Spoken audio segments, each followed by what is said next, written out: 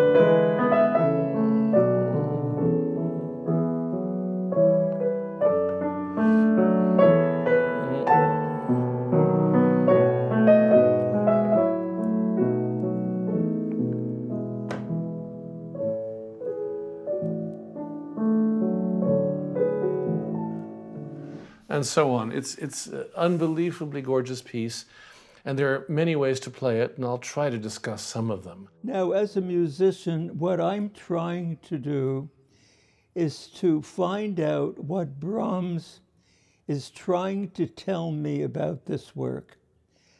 I have a feeling when I open this piece, that little phrase is a kind of caressing phrase.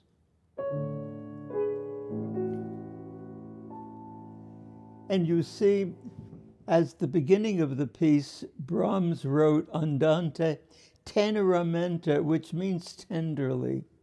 So there is something tender about the expression of this piece. Now, on the piano, it is a very difficult thing to create legato, for the simple reason that when we play a tone, it disappears immediately. Disappears immediately. So in order to make what we call a phrase, we have to simulate sounds such as this. Either this, or this,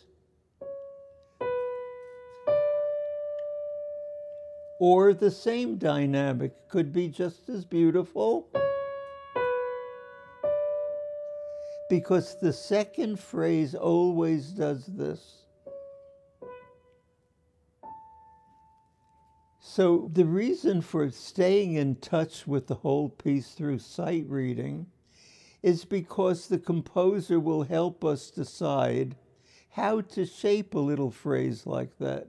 For example, on measure 30, he has a forte on the afterthought, whereas at the beginning we did this. So some of our decisions are up to our own feeling about what this music is doing. So Brahms gives you this piece in 3, a little bit waltzy, dee-da-dim. Now instead of going down, he goes up. which already is, it's a little bit of like a leap against gravity in the voice, right? Dee da ya. And under it, this is the upbeat. You've got the harmony, a passing harmony. He resolves it to the, okay, I'll say it, the 6/4 chord of the fourth note of the scale. Who cares about that? You just hear this beautiful.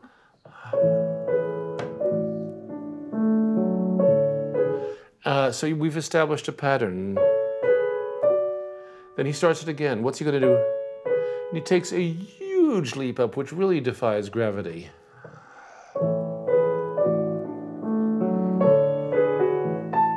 Woo!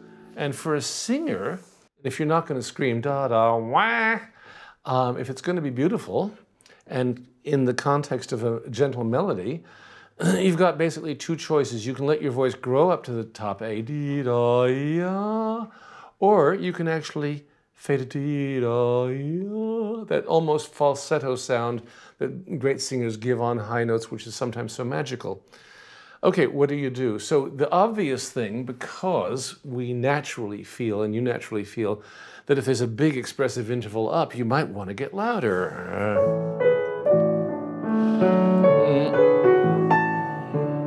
And it's you're full of feeling, and that's not wrong. However, great composers like Brahms sort of provide you a blueprint with how to navigate around this territory. And since this figure happens 7 or 8 times in this piece, you'll notice the first time there's no crescendo at all. Dee da dee, da da ya. And the second time, he starts with dolce with different harmony. Then there's a crescendo, da da dee, to a richer harmony.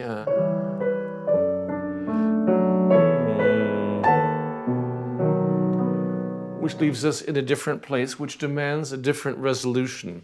Or resolution, not resolution, I'll call it continuation, the phrase.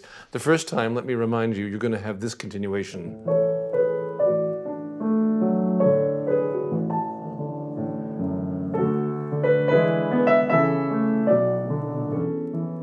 So we know that one. Now with different harmony and the crescendo to a rich chord.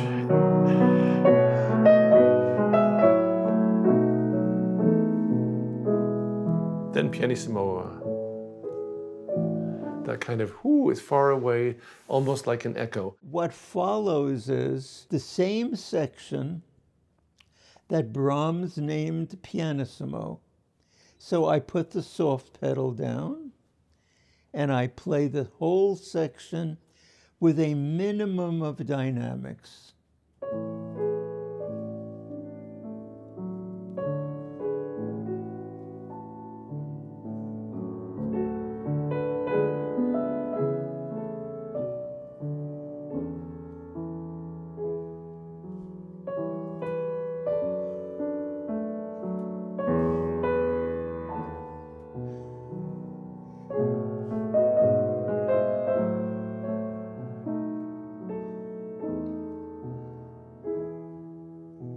Now, as you heard, in romantic music, it's not a naughty thing to break the hands.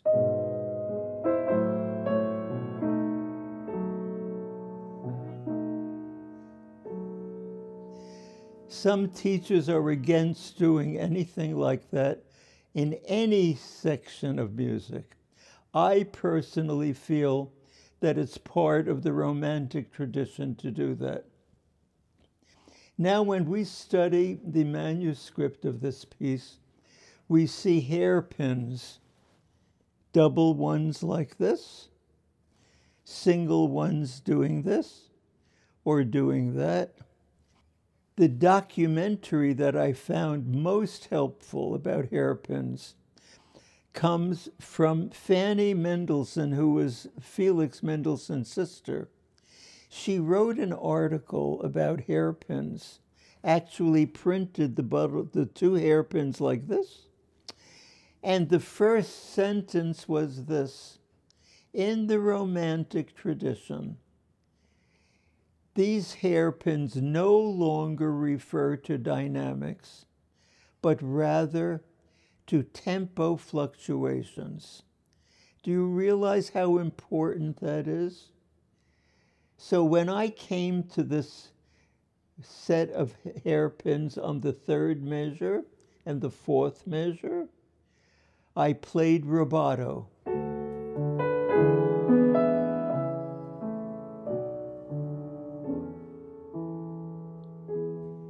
Now, we know that it means rubato because there's one other documentation about hairpins that occurs in a book called Cobbett's Dictionary of Chamber Music. And the information is written by a pupil of Clara Schumann. And in this article, Brahms is having a rehearsal on one of his trios. And Fanny Davies quotes Brahms as saying the following: whenever he approached this double hairpin, he would play with extra warmth and affection, as though he couldn't tear himself away from their beauty, which is already an indication of rubato. And now he said the most important thing that all musicians should understand about rubato. Rubato means, of course, to rob time. Now, many musicians make a fatal error. They rob time beautifully, and they're guilty about it, and then they make up the time by rushing the next passage. And what Fanny Davies said about Brahms was, I quote, "And he was not so foolish as to make up the time into a metronomic bar." Is that very important? So you see, after I took time on this rubato, I went back to the tempo. I didn't do this.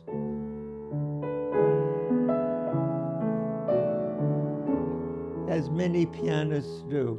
So already, I hope you're falling in love with this piece because it's so unbelievably lovable.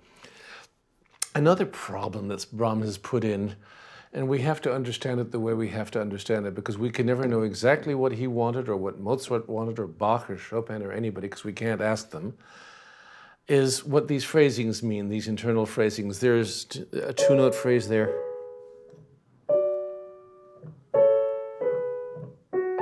I won't call it a phrase, it's an articulation mark, really.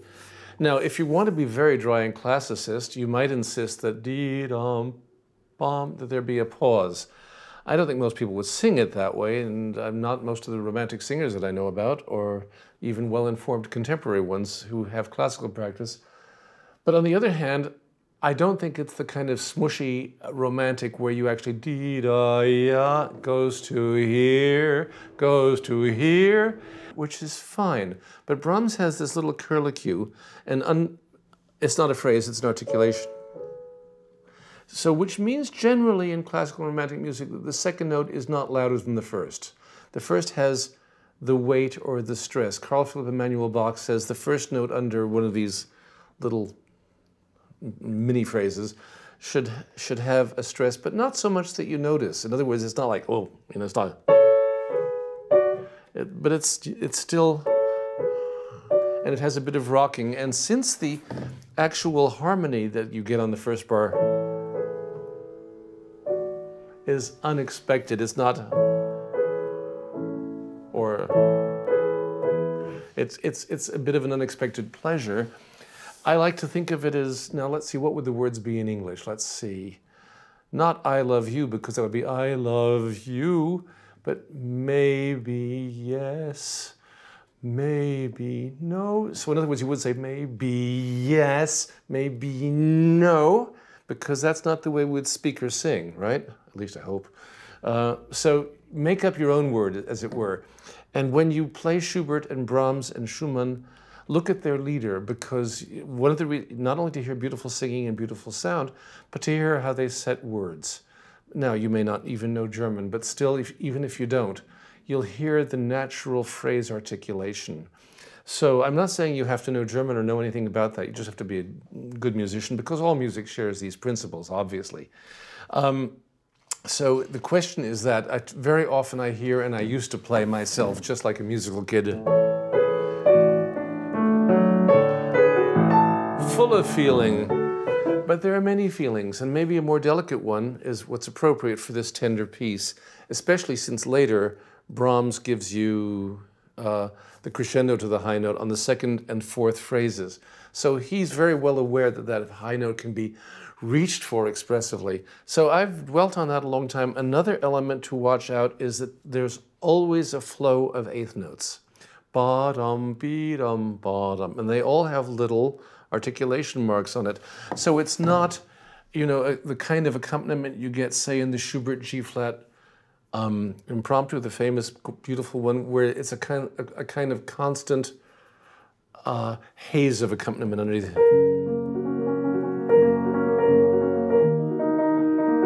We don't want to hear much of anything of that stuff down here. We just want it to be a beautiful cloud of texture. Whereas with this, you might want to hear just a bit more, but you also don't want to hear too much expression, you know. I always exaggerate, and it's a little grotesque. I mean, you know, you're not going to play it that way, I know. At least I hope not. But it has a lilt to it. So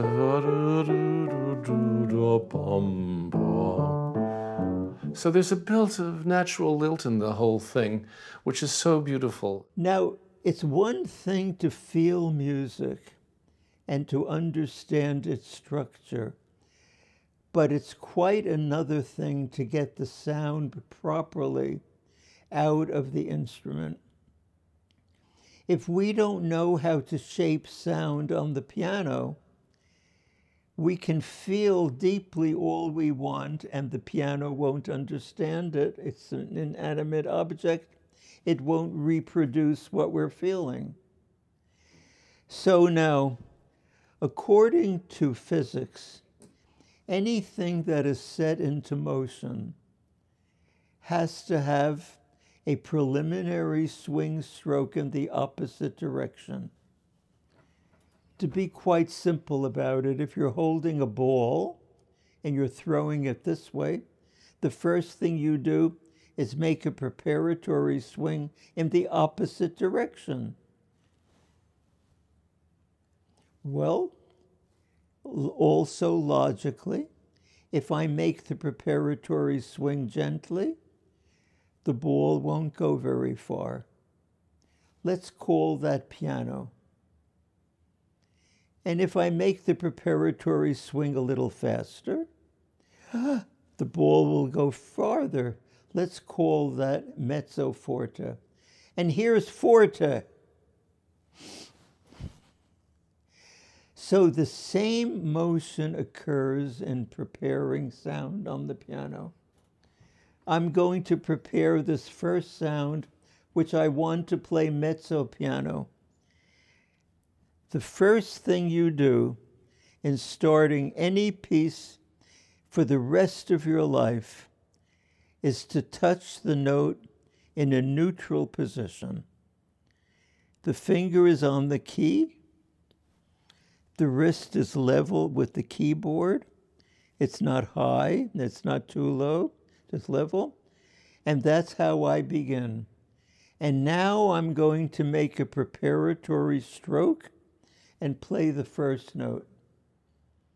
Mezzo piano.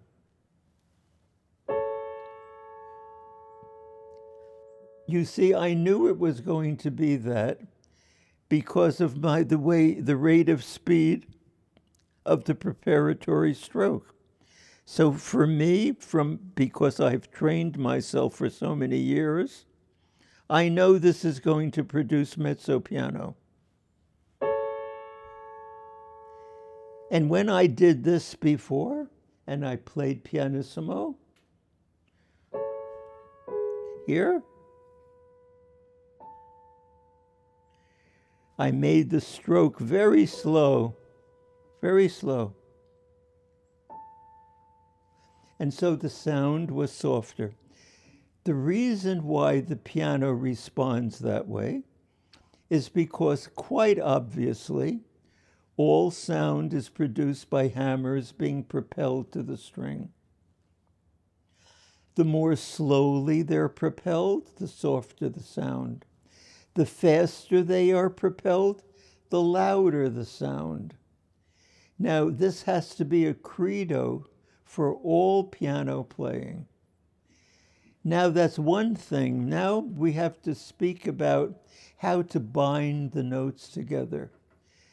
String players, of course, have the bow, and wind players use and singers use their breath. Pianists usually go up and down on every note.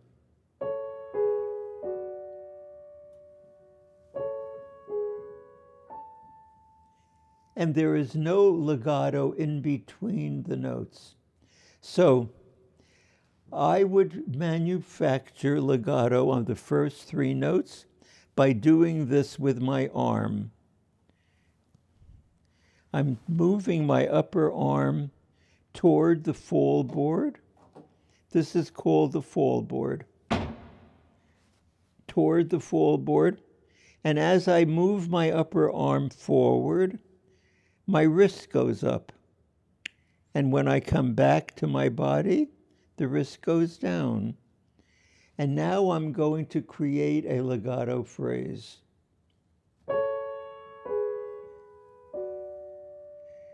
With one motion that is rising up and never stops, any more than if a violinist was playing a long phrase, they would stop the bow, then the sound would stop. So once that wrist stops moving, the legato is ruined. So here is a legato phrase. One curve going up, and another phrase going up this way.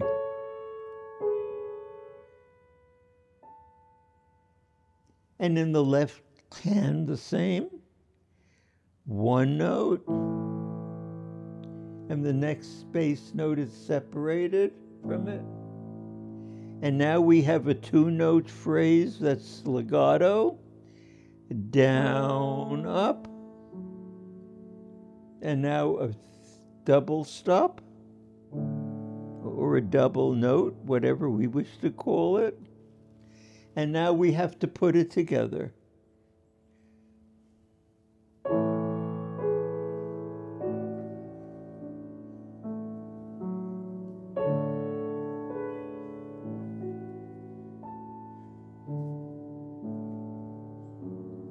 So the wrist, like the bow on a string instrument, is in constant motion. And all of this magic that produces those beautiful sounds occur where? Between the notes. So here's a C sharp going to the B, rising, going to the D, rising. C sharp going to B, rising, to the A, rising. And the motion never stopped moving. I'm not going to do it correctly. I'm going to play a motion on every note.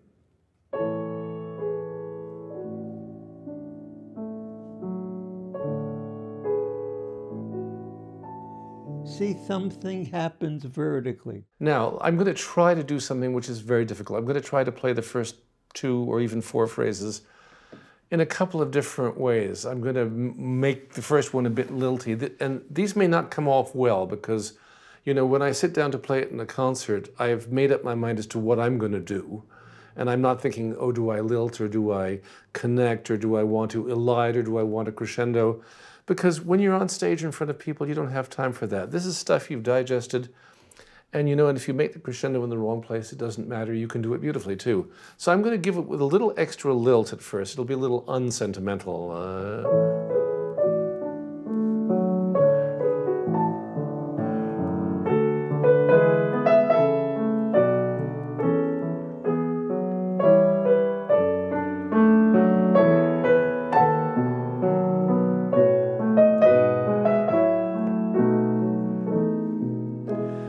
that wasn't so nice. Now I'm going to do something else that's not nice, which is make it a little gooey, like I was doing before. And this is a little too much.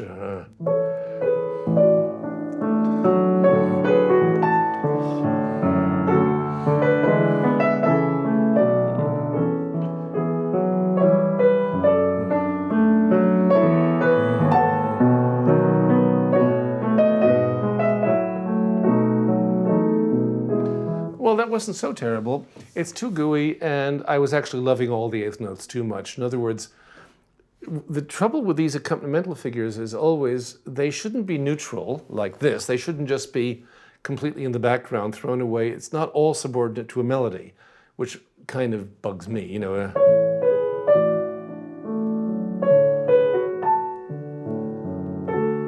Because there you're only showing a tune.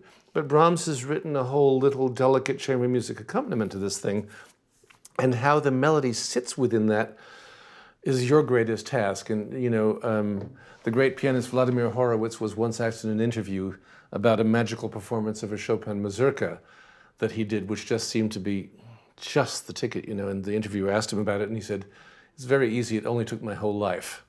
Because when you do these things well and they just seem so beautiful, nobody's thinking about all the stuff that I've just been talking to you about, but you should think a little bit about it when you're playing this piece. Okay, so we have 4 phrases, and they get more decorative. One other thing I'd like to mention in the phrasing, even though there's a little articulation mark, this absolutely belongs to that as part of the sentence. Then maybe a comma, then another one. Now Brahms writes,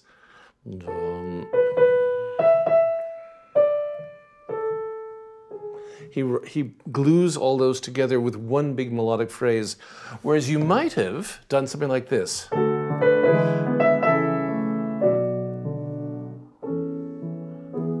And if Brahms had wanted that, he would have written that as a subarticulation. So there's really a lot of pleasure in staring at these things on a page and trying to figure out what they mean. And yet I love what my great colleague Alfred Brendel once said, who is at least as serious as a musician who has ever existed and not capricious, said once when he was, you know, dealing with the big sonatas of Schubert, did he have a rule for taking all the repeats? And he said, you know, after a lot of study, he preferred to view them as invitations by Schubert rather than commands. In other words, maybe sometimes yes, maybe sometimes no. And sometimes I wish I could be a pedantic person who says the trill is always from the upper note, you always take the repeats, and that's the end of the story. Situations change, and so therefore I believe in, let's say, an intelligent flexibility. And sometimes you're going to feel different, and sometimes in the heat of emotion, in a performance, you're going to do a crescendo that you hadn't even planned. You know what? And that's fine. It's not about playing music in public or for your friends or for yourself is not about taking a painting off the wall each time and you show it and it's exactly the same. It's about what happens at the moment. And I'm trying to tell you this so that you'll feel comforted, because it's very easy to get into a kind of perfectionistic, my teacher says this is the right tempo, this is the right thing, don't play this too loud, don't play this too soft, make this break here, don't make this break there. And those are all important parts of the learning process, but eventually when you're on stage, you're just going to do the best you can, and it's never going to be quite as great as you know you can do it. But sometimes in the spontaneity of things that you didn't plan, greater things will happen. So the funny thing is when you're actually on stage in your recital, sometimes you do some things much more beautifully that you had no idea you could do. And sometimes the most beautiful moment which you had planned on for the whole recital, it's like, oops, didn't quite make it the way I want to. You know what? That's all right. Because this all exists as inner representation inside of ourselves. And most people, even sophisticated musicians that listen, aren't inside your brain and your soul knowing exactly what you want. They know what they hear. And we all hear things with different expectations. So it's a great plea for tolerance, and yet it's not just do whatever you want to. I mean, with these things here, and then the one phrase, you could do something exactly the opposite of what Brahms wrote. You could do...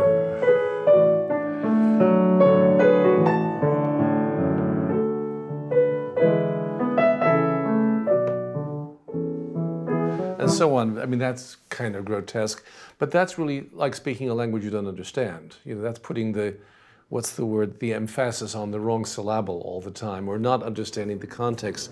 So we'll never understand in an absolute way what these languages mean, but we can get pretty close. And that's why your teacher can say, my dear, that doesn't sound like Brahms, it sounds like Debussy. Or, you know, that doesn't sound like Beethoven, it sounds like Chopin. And we know exactly what they mean, because we have these kind of basic common understandings of style. The most important thing to retain from this discussion is all the correct notes in the world, all the correct rhythms in the world, all the correct dynamics, all the correct pedaling will mean nothing unless you make a physical connection to the musical feeling. To be more specific about it, every diminuendo will have a muscular setup. Every crescendo will have a muscular setup. Every two-note slur will have a muscular setup. And when you practice those muscular setups over and over and over again, they are fed into what we call our automatic pilot, which means that when you play in public and your head and your stomach change places with each other, the automatic pilot is going to take you right through, because you've practiced the correct physical motions. But if you just practice only to get accurate fingering and notes, that won't happen. You can't put feeling into music like icing on a cake.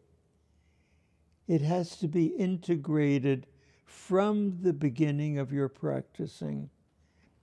So I suggest that you consider very seriously every physical motion that you make in order to create effects on the piano. Late in his life, when he was writing these beautiful introspective pieces, the story goes that a pupil or an admirer or a friend said, Dr. Brahms, what sort of is the right tempo for this intermezzo, this one or a different one? And Brahms thought about it for a moment and went to the piano and said, let me see. And he started playing. He said, today it's about like this.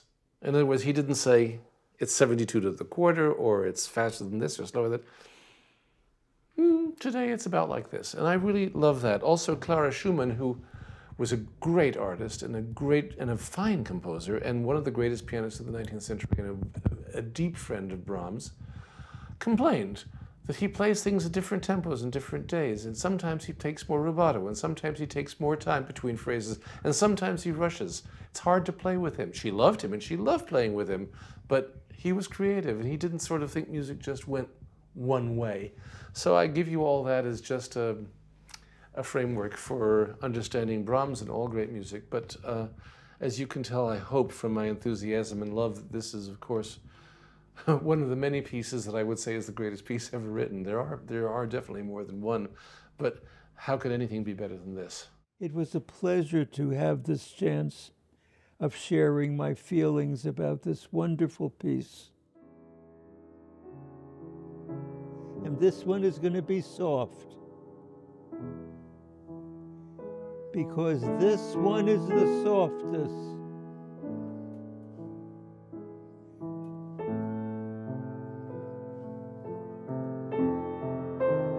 Now he writes crescendo.